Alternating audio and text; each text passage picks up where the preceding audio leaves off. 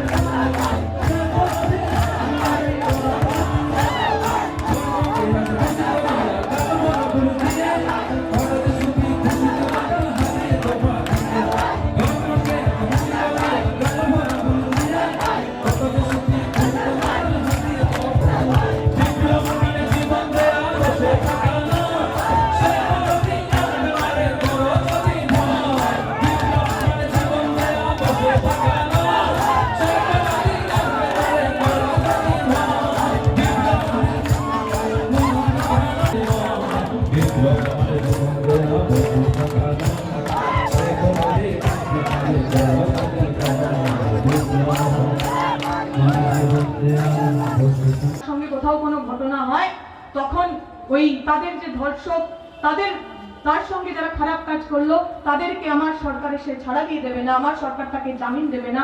যদি আপনি এমন একটা দিন চান তাহলে আসুন আমাদের সঙ্গে। আমরা বামপন্থীরা গল্প করে বলতে পারি, যখন পশ্চিমবঙ্গে এই একই অভিযোগ আমাদের বিরুদ্ধে আনা হলো, আদালতে গিয়ে কমরেড মোহাম্মদ সেলিম, কমরেড তন্ময় ভট্টাচার্যরা বলে এসেছে যদি দরকার হয় তদন্ত করুন।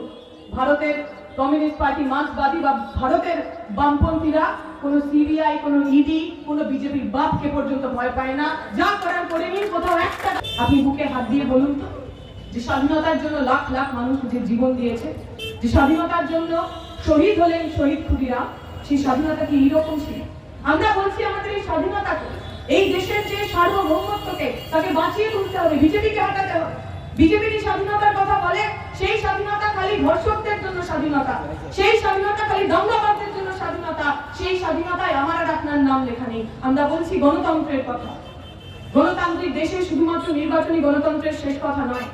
আপনার রাজ্যে তো নির্বাচনটুকুও হয় না। নির্বাচনের আগে সন্ত্রাস, নির্বাচনের দিন সন্ত্রাস, মনোনয়নের দিন সন্ত্রাস।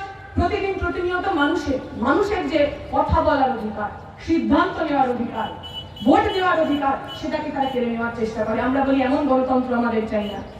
আমাদের এমন গণতন্ত্র চাই যে গণতন্ত্রে আমি আর আপনি আমরা সমান সমান হয়ে মাথা উঁচু করে কথা বলতে পারবো। আমরা বলছি সমাজতন্ত্রের কথা। কেন সমাজতন্ত্র জরুরি?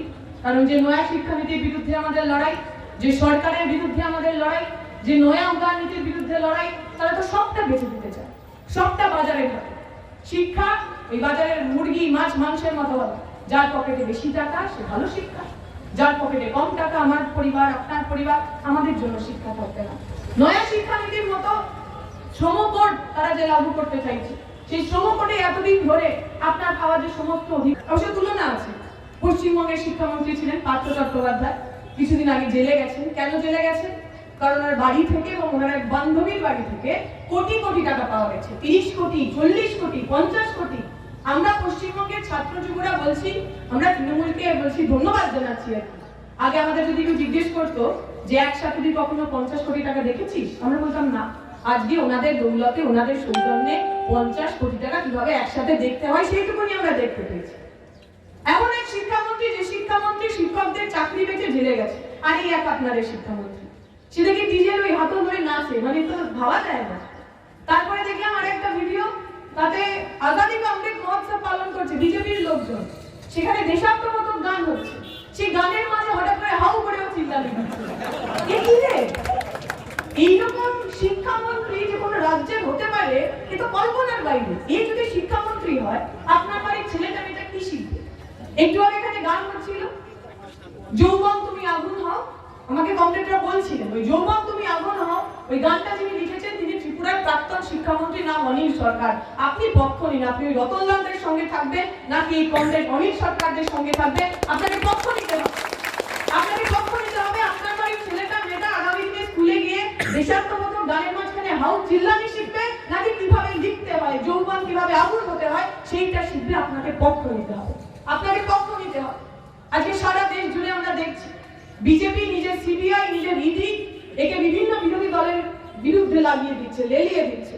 আমরা দেখলাম পশ্চিমবঙ্গে ওই পার্থ চট্টোপাধ্যায়, অনুব্রত মণ্ডল, গরুচর অনুব্রত মণ্ডল, তাদের সব ধরপাকড় করা হলো। কোটি কোটি টাকার সম্পত্তি। রাইস মিল, নাম দেখেছে রাইস মিল, রাইস মিলের দরজা খুললেই দেখা যাচ্ছে দামি দামি সব গাড়ি। অনুব্রত মণ্ডল একটা সময় এইরকম আমার মতো মাইকে দাঁড়িয়ে বলতো পুলিশকে বোম মারুন, লোকের ঘর জ্বালিয়ে দিন, লোকের বাড়ি জ্বালিয়ে দিন। আজকে তাকে যখন ওই হাতে হাত করা করে নিয়ে যাচ্ছে, গ্রামের সাধারণ মহিলারা রাস্তায় দাঁড়িয়ে দাঁড়িয়ে বলছে ওই তো গরুচোর অনুব্রত, ওই যে গরুচোর যাচ্ছে। আমরা দেখছি বিজেপি তার যে সমস্ত কিছু, সেই সমস্ত কিছু দিয়ে বিরোধী দলের প্রতি নানা ধরনের বিষপত্র করার চেষ্টা করছে।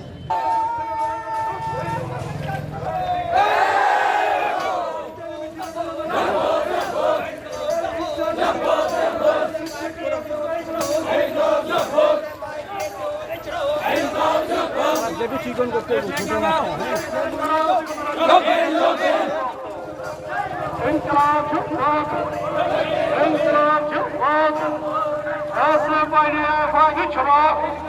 এই বিদ্যা যদি প্রকল্পের নামে শিক্ষা